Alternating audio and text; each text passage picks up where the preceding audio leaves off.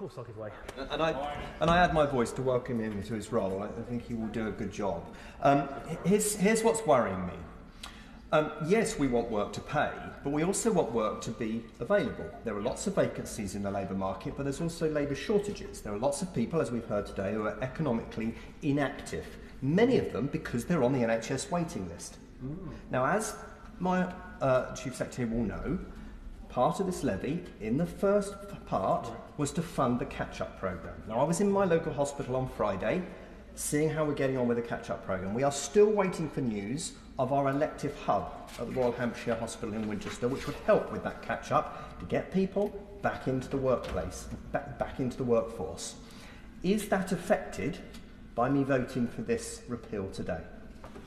And I can categorically assure him that it is not affected. The £8 billion that was allocated over the spending review period to catch up the elective backlog is completely unchanged by this measure. The funding for social care, I think it was £5.4 billion over 3 years, is unaffected as well. And the rest of the rest of the money, because that's not all of it, it will continue to be available to the DHSC to spend on the NHS and social care in precisely the same way as was intended previously.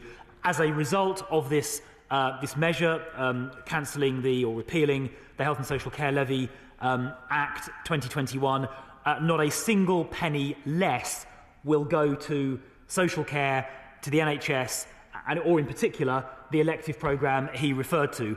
In relation to Winchester Hospital, I obviously can't answer for that, but I'm sure the Health Secretary would be delighted to discuss that with him. My honourable friend also made a very good point about vacancies. We do have a lot of vacancies in the economy.